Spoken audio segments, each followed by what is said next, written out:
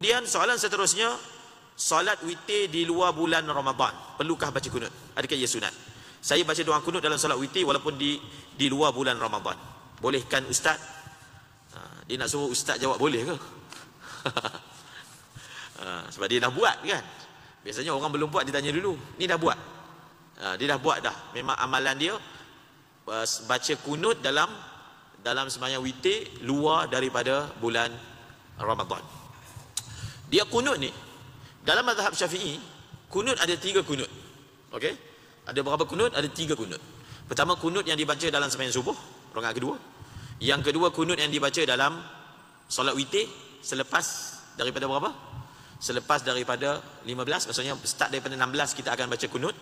Dan kunut yang ketiga adalah kunut nazilah. Kunut nazilah yang kita duk baca ni dalam peristiwa sekarang yang berlaku di Gaza. Semoga Allah memberi keselamatan, kelepasan kepada saudara kita di sana.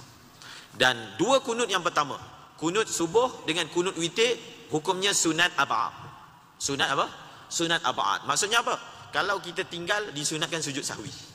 Tinggal kunut subuh, sujud sahwi. Tinggal kunut witir start daripada 16 Ramadan, sujud sahwi.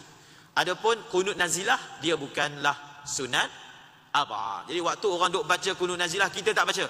Adakah disunatkan sujud sahwi? Tidak disunatkan. Untuk apa? Kita sujud sahwi. Dan kunut subuh dengan kunut witir sama sahaja bacaan dia dan sama sahaja waktu dia. Iaitu apa? Kita baca lepas daripada rukuk semasa i'tidal, sama. Kunut nazilah pun sama, kunut witir pun sama, kunut subuh pun sama sahaja. Baca dengan suara yang sama sahaja. Bacaan dia semua sama. Cuma soalan dia, adakah disunatkan di luar Ramadan? Dalam mazhab al-Imam Syafi'i, Imam Syafi'i sendiri ada 2 qaul. Adakah satu qaul daripada Imam Syafi'i disunatkan baca kunut dalam sembahyang witir sepanjang tahun. Sepanjang tahun, macam mazhab Hanafi. Jadi kalau kita biasa sembahyang dekat Masjid Hanafi di Pakistan, kat belah sini, KL ni ada. Kita ada Masjid India. Kita sembahyang tarawih kat sana, cuba sembahyang witir. So dalam mula daripada 1 Ramadan, dalam witir itu sudah dibaca kunut. Cuma bacaan kunut dalam mazhab Hanafi dibaca perlahan.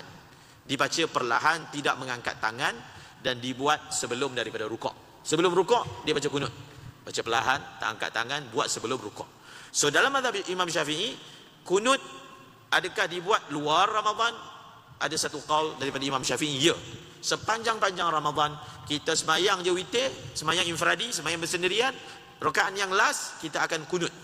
Dan pendapat yang kedua, dan ini pendapat yang kuat dan yang muktamad, bahawasanya kunut dalam sembahyang witir hanya dibuat selepas daripada bermulanya setengah yang kedua daripada bulan Ramadan. Kalau ada orang dia nak amalkan, dia nak baca kunut sepanjang tahun, boleh tak? Kalau dia buat itu kerana dia tahu, kenapa dia buat macam tu, kita tanya dia, kenapa dia buat? Orang lain semua tak buat, dia buat. Dia dapat daripada mana?